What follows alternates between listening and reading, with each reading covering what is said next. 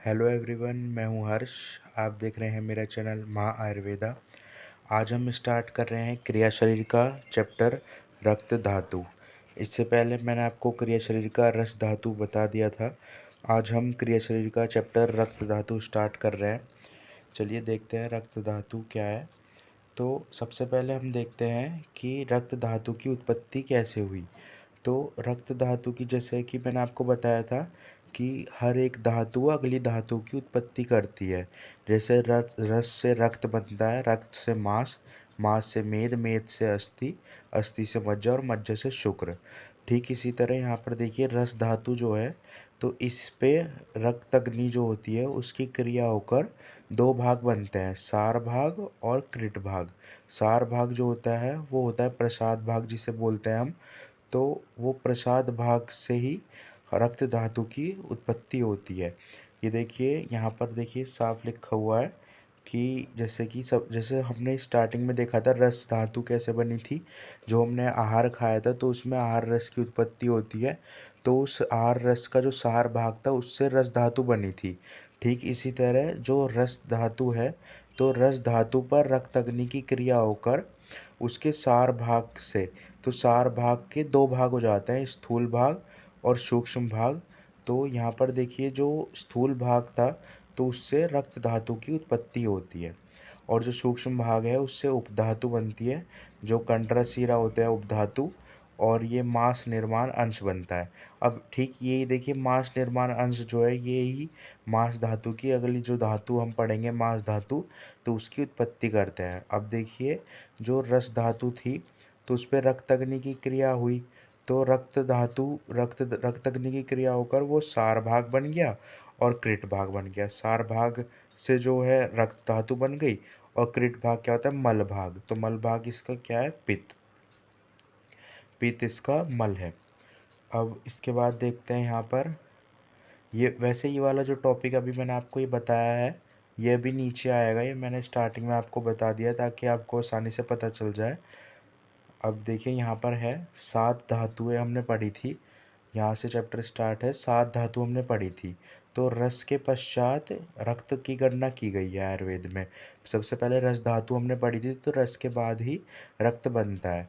अब रक्त के पर्याय क्या है, रुधिर, लोहित, अश्रग, श्वेतक, शोणित। अभी मैंने इससे पहले वाली वीडियो जब मैंने बताई थी संस्कृत की, आपको मैंने निरुक्ति और पर्याय पढ़ाए थे, तो उसमें मैंने आपको रक्त का पर्याय आया था। देखो यही है रक्त के सारे पर्याय, ये मैंने इंपॉर्टेंट मार्क कराए थे आपको। रुधिर, लोहित, अश्रग, श्वेतक और शोणित, ये रक्त के पर्याय हैं। अब यहाँ पर स्टार्टिंग से देखते हैं। यहाँ पर सबसे पहले शरीर में रहने वाले जो तेज है, तेज मतलब कि जैसे रक्त पित्त जो होता है जिसे हम बोलते हैं रंजक पित्त, तो वो रंजित होकर निर्मल जो सार प्रसाद भाग होता है तो उससे रक्त की उत्पत्ति होती है। देखो ये क्या कह रहा है इस पैराग्राफ में, इस पैराग्राफ में ज़्यादा कुछ नहीं है।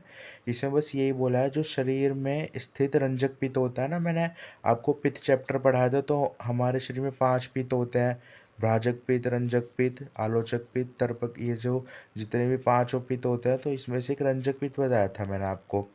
तो ये रंजक पित्त क्या करता है, रस को रंजित करके रक्त में परिवर्तित करता है, मतलब यही रक्त बनाता है। जो रक्त धातु है उसका निर्माण यही रंजक पित्त करता है। अब देखो यहाँ पर यही लिखा हुआ है कि रंजक पित्त क्या कार्य करता है। रंजक पित्त जो निर्मल आहार होता है ना, हम जो आहार खाना खाते हैं, तो उसको प्रसाद जो होता है उसका, तो उसको जलीय भाग को रक्त में परिवर्तित करता है। ठीक है, मतलब रस को रक्त में परिवर्तित करने का कार्य रंजक पित्त का ही है। अब रक्त स्वाभाविक वर्ण कैसा होता है रक्त का, सबको पता है लाल कलर का होता है, गहरा लाल, ये रक्त का स्वाभाविक वर्ण होता है। अब इसके बाद हम देखते हैं यहाँ पर, ये देखिए प्लाज्मा। अब मैंने आपको स्टार्टिंग वाले चैप्टर में बताया था जो ब्लड होता है हमारा मॉडर्न के अकॉर्डिंग, जो जैसे हमारा ब्लड है तो उसमें प्लाज्मा होता है। तो आयुर्वेद में जो प्लाज्मा है उसे ही रस धातु बोला गया है। और जो उसके अंदर प्लाज्मा के अंदर आरबीसी होते हैं, रेड ब्लड सेल, तो उसको ही हमने रक्त धातु बता दिया है। आयुर्वेद में, आयुर्वेद ने उसको रक्त धातु बता दिया है। तो ब्लड के अंदर ही रस धातु है जिसे प्लाज्मा बोलते हैं, और ब्लड के अंदर ही रक्त धातु है जिसे आरबीसी बोलते हैं, तो वो रक्त धातु हो गई है। ये जो मैंने अभी छोटी सी चीज़ में आपको एक पूरे पॉइंट क्लियर कर दिए हैं कि जो ब्लड है उसके अंदर जो प्लाज्मा है, तो प्लाज्मा को ही रस धातु बोल दिया है, और जो ब्लड के अंदर आरबीसी है उनको रक्त धातु बोल दिया है। अब इसी को पूरे एक टेबल में देखो ये पूरा बताया गया है पैराग्राफ में। ये देखो, रस धातु में जो रस है, जो रक्त धातु में जो रस मिश्रित है, वो हृदय के द्वारा संपूर्ण जो शरीर तक पहुंचता है। मतलब जो शरीर में आपको पता है कि हृदय से जो हमारा हार्ट है उसके द्वारा ही ब्लड सर्कुलेशन होता है हमारी बॉडी में। तो ये अलग अलग जो जगह जो शरीर से, हृदय से ही अलग अलग शरीर में जगह में पहुंचता है रक्त। और रस जो रही तो जो सूक्ष्म रस लाल, जो लाल रस कोनिका है ना, यहाँ पे देखिए लाल रक्त कनिका है। तो ये लाल रक्त कनिकाएं क्या होती हैं? आरबीसी। आरबीसी को हम बोलते हैं लाल रक्त कोनिका, मतलब रेड ब्लड सेल जो होती हैं उनको लाल रक्त कनिकाएं बोलते हैं। और जो डब्ल्यूबीसी है उनको श्वेत रक्त कनिकाएं बोलते हैं। अब ये देखिए, ब्लड के अंदर दोनों पाई जाती है, आरबीसी डब्ल्यूबीसी। इन दोनों का जो वर्ण है वो, जो लाल रक्त कनिकाएं मतलब आरबीसी है, तो वो रेड कलर की होती है। तो ये ऑक्सीजन का वहन करती हैं। ये मॉडर्न ही आ गया है यहाँ पर कि जो आरबीसी है वो ऑक्सीजन को एक जगह से दूसरी जगह हमारी बॉडी में पहुँचाने का कार्य करते हैं। अब यहाँ पर यही लिखा हुआ है कि जो लाल रक्त कणिका मतलब आरबीसी है, वो शुद्ध वायु को एक जगह से दूसरी जगह पहुँचाती है। हीमोग्लोबिन, जो हमारा हीमोग्लोबिन होता है वो आरबीसी से लगा रहता है, तो इसी वजह से लाल रंग की हो जाती है आरबीसी। देखो, ऑक्सीजन जो होता है हीमोग्लोबिन के साथ जब अलग हो जाता है तो वो डब्ल्यूबीसी मतलब कि वॉयलेट कलर की हो जाती है। जब कहते हैं ना, जो हमारा प्योर ब्लड होता है वो गहरा लाल कलर का होता है, तो वो आरबीसी जो होता है वो हीमोग्लोबिन के साथ लगा रहता है, इसलिए ऑक्सीजन के की वजह से वो रेड कलर आता है। जब उसमें ऑक्सीजन डीऑक्सीनेटेड जो ब्लड होता है तो वो थोड़ा वॉयलेट हो जाता है। यहाँ पर लिखा है बैंगनी कलर का, ये तो मतलब वॉयलेट कलर हो जाता है। ठीक है। अब इसके बाद देखते हैं इसकी उत्पत्ति। तो ये जो उत्पत्ति मैंने टॉप में आपको चार्ट बताया था तो पेज के, तो वो यही है इसकी उत्पत्ति कैसे हुई। तो इसकी निष्पत्ति देख लेते हैं। रज धातु में कत प्रत्यय लगने से इसकी उत्पत्ति हुई। अब इसके बाद देखते हैं चरक ने रस से रस से की उत्पत्ति माना है। ये तो आपको पता ही है कि रस से रक्त बनता है, रक्त से मांस, मांस से मेद, मेद से अस्थि, अस्थि से मज्जा और मज्जा से शुक्र। तो हर एक धातु अगली धातु का निर्माण कराती है। तो यहाँ पर यही बात लिखी है कि चरक ने रस धातु से रक्त की को माना है। अब ये कैसे माना है, देखो ये जितना कुछ लिखा हुआ है ना, ये सब मैंने आपको यहीं पर बता दिया है। ये कैसे माना है, जो रस धातु है उस पर रक्त अग्नि की क्रिया हुई तो उसका सार भाग बना और कृत भाग बना। सार भाग मतलब जो अच्छा होता है, हमारे लिए यूज़फुल होता है, वो सार भाग बना, उससे हमारी रक्त धातु की उत्पत्ति हो गई। और उसका जो सूक्ष्म भाग था उससे उपधातु भी बन गई, कंडरा और सिरा। इनको कंडरा सिरा को हम रचना शरीर अभी मैं स्टार्ट करने वाला हूँ उसके लेक्चर्स, तो उसमें अच्छे से बताऊँगा आपको कंडरा क्या है, सिरा क्या है। सिरा मतलब होती है हमारी जो आर्टरीज, वेन्स होती है हमारी, वेन्स को सिराएँ बोलते हैं। तो इस और जो मांस निर्माण अंश है ये मांस धातु की उत्पत्ति कराता है। ठीक है। और जो कृत भाग है ये पित्त होता है। पित्त जो होता है मल भाग होता है। पित्त चैप्टर मैंने बहुत अच्छे से बताया था आपको, उसमें सब चीज़ें बता रखी है। तो पित्त किसका मल है, ये एक एमसीक्यू आ जाता है कि पित्त किसका मल है। तो आपको लगाना है किसका मल है पित्त, बताइए। रक्त धातु का मल है पित्त। अब इसके बाद देखते हैं, इसके बाद यहाँ पर है ये देखिए एक पैराग्राफ है। जब आहार रस में प्रसाद भाग जो होता है, मैंने बताया भी प्रसाद भाग क्या था, जो रंजित होकर रक्त मतलब कि रक्त में परिवर्तित होता है। रक्त प्रसाद भाग ही तो था जो रक्त बनाता था। अब देखो जो रंजक पित्त है उसके द्वारा ही शरीर में जो लाल रक्त होता है ना, जो हमारा खून होता है, रक्त होता है, तो उसका लाल रंग क्यों होता है? इसलिए होता है क्योंकि रंजक पित्त जो होता है वो रंजित कर देता है, वो लाल रंग पैदा कर देता है उसमें हीमोग्लोबिन। और मॉडर्न के अनुसार इसमें हीमोग्लोबिन की वजह से जो हमारा खून है वो गहरा गहरा लाल कलर का हो जाता है। अब इसके बाद एक ये वाला श्लोक है, ये आप याद कर लेना। ये वाला आमाशय आश्रय पित्तम रंजकम रस रंजनात्। ये श्लोक इम्पोर्टेंट है, इसे याद कर लेना। ये आपको अष्टांग हृदय चैप्टर 12 जब हम पढ़ेंगे तो उसमें आपको याद करना होगा। ये अभी याद कर लेना तो अच्छे से आप एग्ज़ाम में लिख सकते हैं इसको। अब देखो, आचार्य सुश्रुत ने रक्त को जो सहायक है, रक्त का निर्माण का जो सहायक है, वो पित्त को यकृत और प्लीहा की वजह से बना। मतलब यकृत और प्लीहा से ही पित्त बना।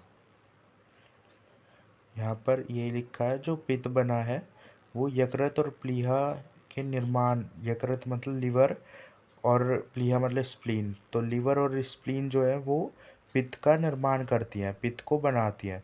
तो दोनों वाग्भट ने आमाशय को माना है, और जो वाग्भट है उन्होंने कहा है कि आमाशय की ही रक्त का निर्माण करता है। आमाशय मतलब स्टमक, स्टमक रक्त का निर्माण करता है। और आचार्य सुश्रुत ने माना है लिवर जो होता है वो रक्त को बनाता है। तो वैसे मॉडर्न के अनुसार हम खुद देखते हैं तो एक तरीके से लिवर और स्प्लीन ही आरबीसी जो होती है रक्त का निर्माण करते हैं। अब यहाँ पर देखिए, यहाँ पर लिखा है रंजक पित्त। तो रंजक पित्त में क्या है? रंजक पित्त सभी आचार्यों ने रंजक पित्त का कार्य रस का रंजन करना बताया है। मतलब जो रस है, आहार रस जो हम खाते हैं, तो उसका रंजक करना जो रंजक पित्त का कार्य है। अभी मैंने आपको बताया कि रंजक पित्त क्या करता था।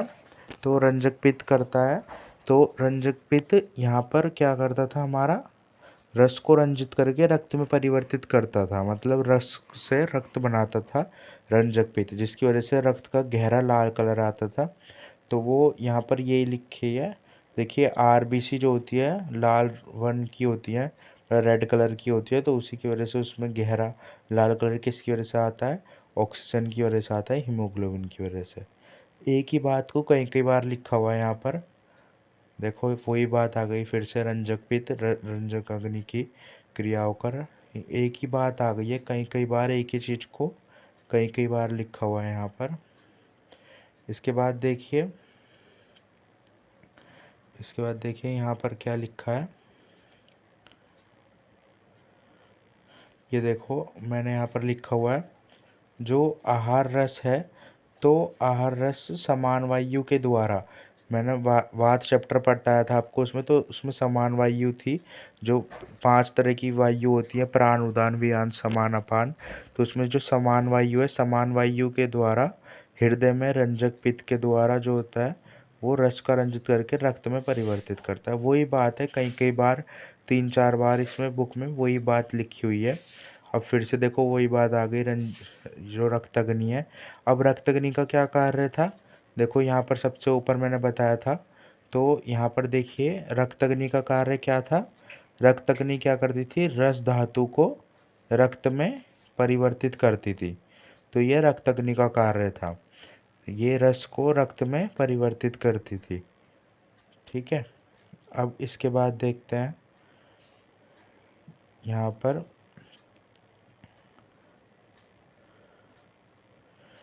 ये देखिए रक्तग्नि का कर्म हमने देख लिया। रक्तग्नि क्या करती थी? ये देखो यहाँ पे है, रस धातु से रक्त धातु का निर्माण कराती थी। ठीक है। अब वही बात है, स्थूल भाग सूक्ष्म भाग, जो ऊपर की वो पूरी टेबल है वही लिखा हुआ है यहाँ पर। जो कृत भाग क्या था, पित्त जो था वो कृत भाग था। ये देखो ये लिखा। ठीक है, वही बात है यहाँ पर। अब विशुद्ध रक्त के स्वरूप, अब हम देखते हैं यहाँ पर विशुद्ध रक्त के स्वरूप में। यहाँ पर देखिए क्या लिखा हुआ है। ये देखिए, अष्टांग हृदय ने शुद्ध रक्त को मधुर लवण रसयुक्त माना है। मतलब जो शुद्ध रक्त है, जो सही रक्त बताता है, तो उसे मधुर अवल मधुर लवण रसयुक्त माना है। और इन्होंने जो शुद्ध रक्त है उसको लाल कमल के समान माना है, कि वो लाल कमल के समान है, इंद्रगोप के समान है, खरगोश के रक्त के समान होता है। मतलब जो जैसे खरगोश का खून होता है उसी के समान मनुष्य का भी जो शुद्ध रक्त है उसको माना है। यहाँ पर देखिए इन्होंने कहा है मधुर होता है ये और स्निग्ध होता है।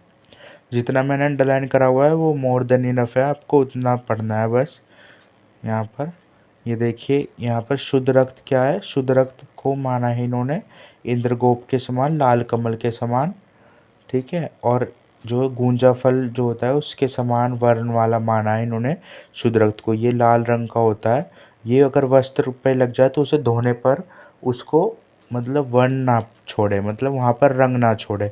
अगर जो शुद्ध रक्त होता है, शुद्ध खून होता है, अगर वो किसी के कपड़े पे लग जाए तो अगर कपड़े को धोएं तो उस पर रंग वापस से निशान ना छोड़े तो उसे ही शुद्ध रक्त बोलते हैं।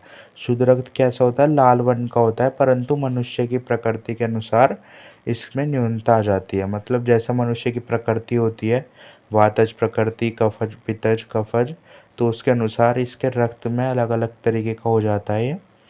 यहाँ पर देखिए आधुनिक चिकित्सा की दृष्टि से देखा जाए तो ये फुफ्फुस धमनियों को छोड़कर, मतलब जो लीवर की जो धमनियाँ होती हैं, मतलब पल्मोनरी आर्टरी, तो उनको छोड़कर जो शेष सभी धमनियाँ हैं वो शुद्ध रक्त का वहन कराती है। मतलब जो शुद्ध रक्त है उसका वहन जो कराती है सभी धमनियाँ कराती है, बस पल्मोनरी आर्टरी को छोड़कर।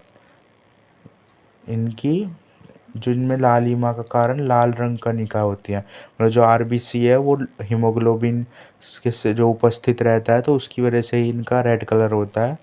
वही बात लिखी हुई है फिर से, हीमोग्लोबिन के द्वारा ही ये रेड कलर होता है इनका। अब यहाँ पर देखिए पंचमहाभूत स्वरूप बताया गया है इसका। तो शरीर में दोष धातु मल ये सभी पंचमहाभूतिक होते हैं। मनुष्य का जो शरीर है वो सभी, उसमें जितने भी दोष धातु मल है सभी पंचमहाभूतिक है। तो रक्त भी पंचमहाभूतिक बताया गया है। अब रक्त को पंचमहाभूतिक कैसे बताया? देखो इन्होंने रक्त को अलग से पंचमहाभूतिक बता दिया। जैसे रक्त में विरत गंध जो होती है वो पृथ्वी महाभूत की वजह से होती है। जो उसकी गंध आती है विचित्र गंध, वो पृथ्वी महाभूत की वजह से आती है। और द्रवता मतलब रक्त एक जगह से दूसरी जगह जा सकता है, गमन करता है हमारी धमनियों में जो आर्टरीज होती हैं उनमें, तो वो किसकी वजह से करता है? वो जल महाभूत की वजह से करता है।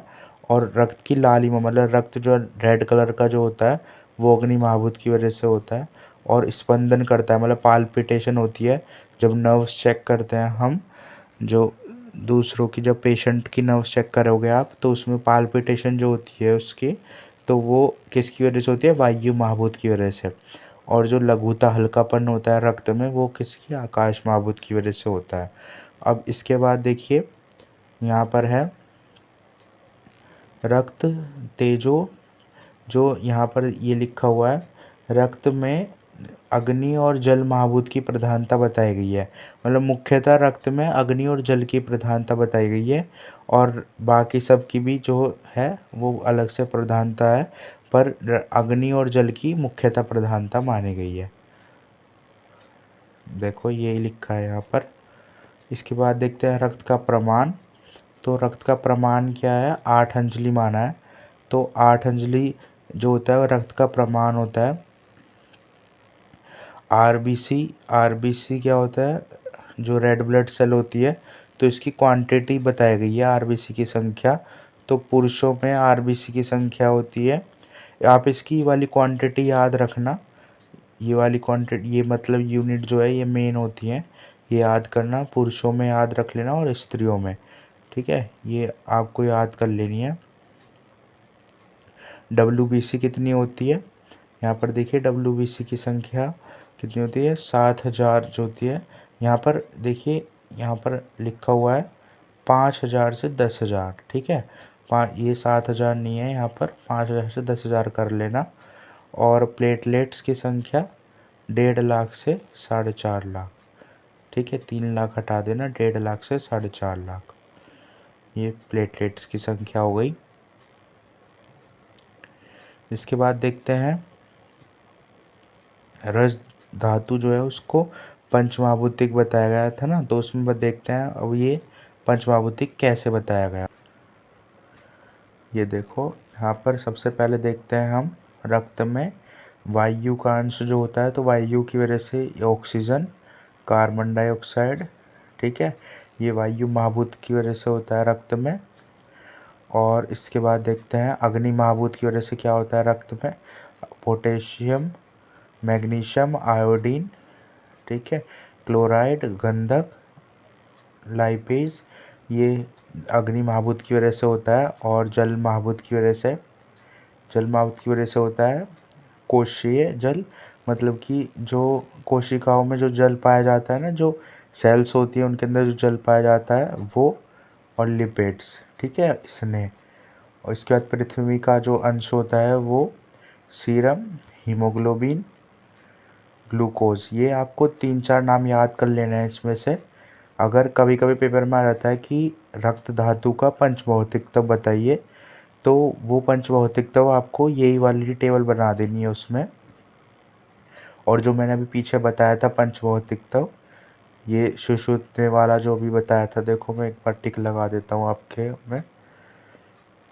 ये देखो यहाँ पर बताया था ना ये वाला, कि रक्त धातु में क्या क्या होता है। रक्त, ये वाला जो पूरा पैराग्राफ है, ये वाला पैराग्राफ लिखकर और वो वाली टेबल बना देना है आपको। तो ये 5 मार्क्स में आ जाता है कि रक्त धातु का पंचभौतिक तत्व बताइए। तो आपको ये पूरा अच्छे से कर देना है इसमें। अब इसके बाद देखते हैं रक्त, जो है रक्त की उत्पत्ति स्थान। तो रक्त का उत्पत्ति स्थान कैसा है, देखो अभी ये पीछे भी यही टॉपिक आया था। तो रक्त का उत्पत्ति स्थान जो आमाशय में बताया, वो किसने बताया, वाघभट ने बताया था, ठीक है, आमाशय में।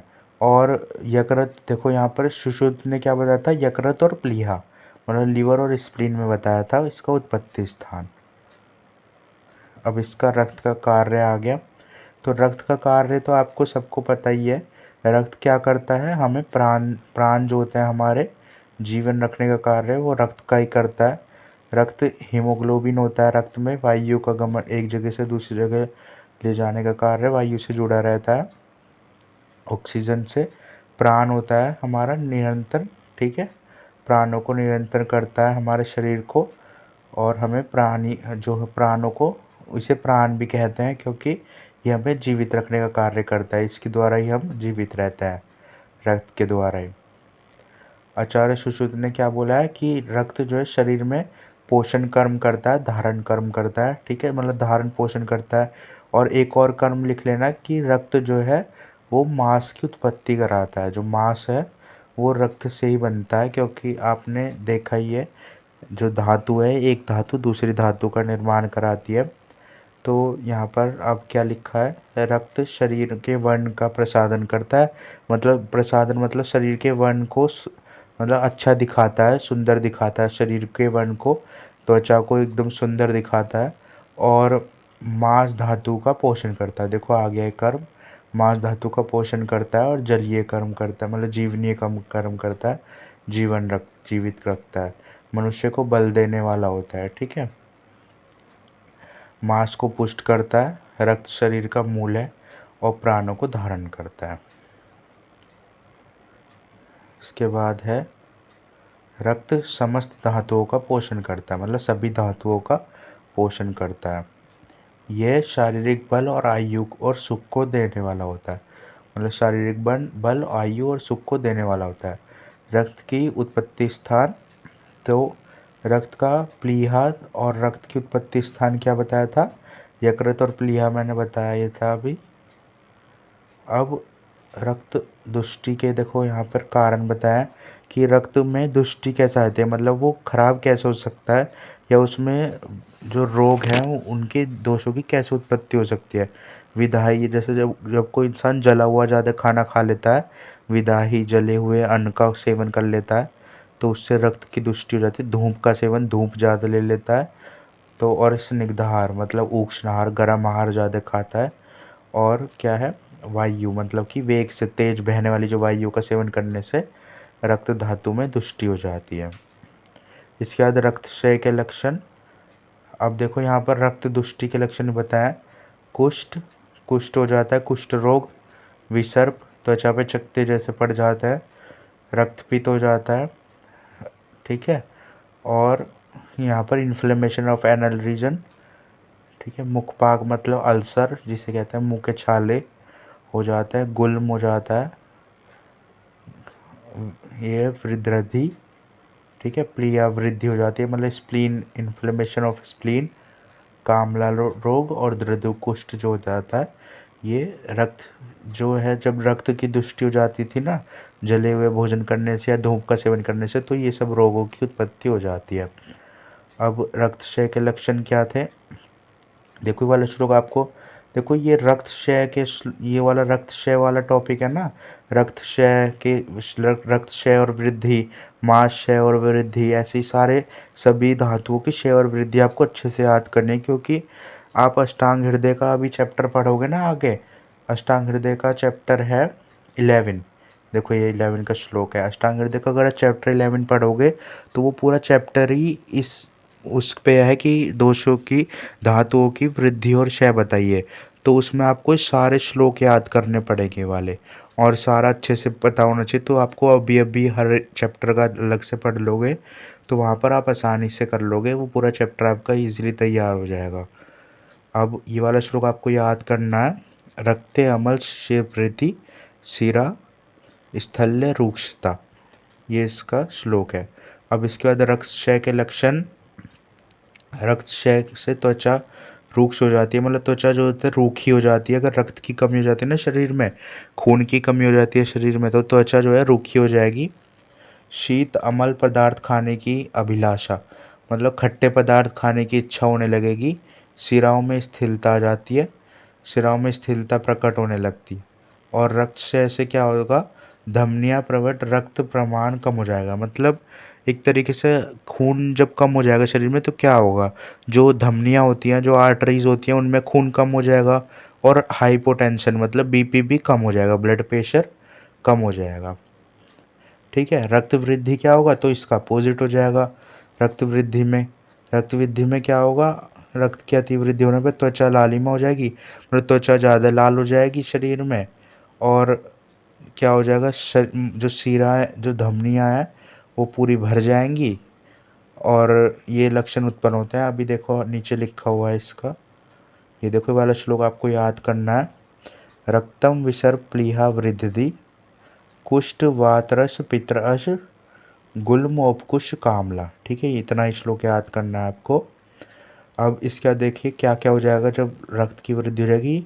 विसर्प, प्लीहा, विकार, ये सब हो जाएंगे। वृद्धि हो जाएगा, कुष्ठ हो जाएगा, वातरस पित्त विकार, रक्त गुल्म, और दंत मूल के रोग जो हो जाएंगे, और पित्त एवं रक्त के विकार उत्पन्न हो जाएंगे। ठीक है, दाह मतलब जलन उत्पन्न हो जाएगी अगर रक्त की वृद्धि हो जाएगी। इसके बाद देखते हैं रक्तसार पुरुष के लक्षण।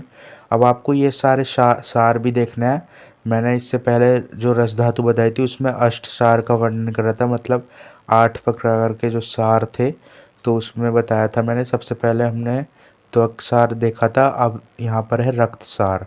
तो रक्त सार के पुरुष के सारे सार आपको याद करने हैं। ये वाला क्वेश्चन आ जाता है 10 मार्क्स में इसमें आपको, कि सार मतलब अष्ट सार बताइए, तो सभी सार बता रहे हो क्या आपको।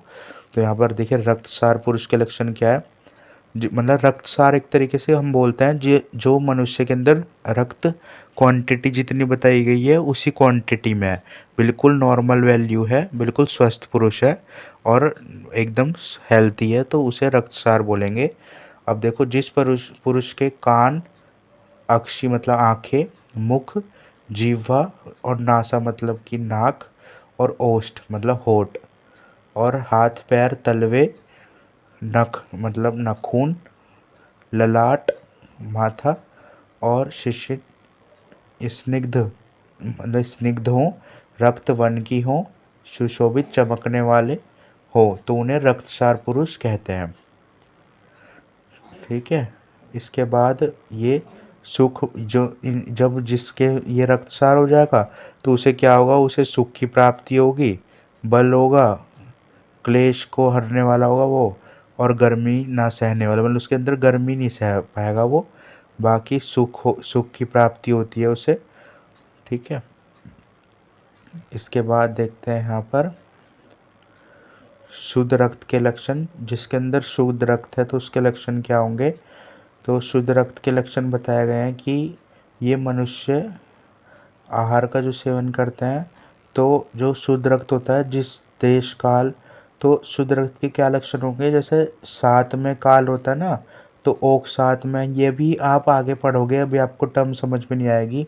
ओक 7 में, काल 7 में, देश साथ में का अर्थ समझ लीजिए बस कि जो हमारे बॉडी के अनुकूल हो, मतलब हमें फ़ायदा पहुंचाए, हमारे लिए हित करो, हम उसे सेवन कर सकें, तो उसे साथ में कहेंगे। तो साथ में का ज्ञान होना चाहिए मनुष्य को। तो उसके अनुसार अगर आहार का सेवन करेंगे तो मनुष्य का रक्त निर्माण होकर उसका शुद्ध रक्त का निर्माण होता है। ठीक है, मतलब जो मनुष्य अच्छा खासा अच्छे आहार विहार का सेवन करेगा तो उसके अंदर शुद्ध रक्त का निर्माण होगा। अब यहाँ पर देखिए, जिस व्यक्ति के रूप मतलब जिस व्यक्ति का रूप प्रसन्न हो, इंद्रिय स्वस्थ हो और भली भांति उनके ज्ञान करता हो इंद्रियों से, जिस प्रकार मल मूत्र के वेग को ना रोकने वाला हो और पुष्ट हो, बलवान हो, उसे ही शुद्ध रक्त कहेंगे। अब इसके बाद देखिए पित्त का वर्णन। तो पित्त का वर्णन त्रिदोष के जो अंतर्गत किया गया। अब देखो वात पित्त कफ 3 दोष बताए गए थे, तो उनमें से एक दोष जो है वो पित्त है। अब ये वाला जो टॉपिक है ना, ये एक्स्ट्रा है, ये जो लास्ट की 4-5 लाइन है ये पर इम्पोर्टेंट है, मैं आपको बता रहा हूँ। ये देखो पित्त का वर्णन किसमें, 3 दोष जो है वात पित्त का, उसमें पित्त का वर्णन किया गया था। आचार्य सुश्रुत ने रक्त को दोष बताया है, आचार्य सुश्रुत ने रक्त को भी दोष बता दिया। जैसे वात पित्त का हमने 3 दोष पढ़े थे, तो उसमें आचार्य सुश्रुत ने रक्त को भी दोष बताया है।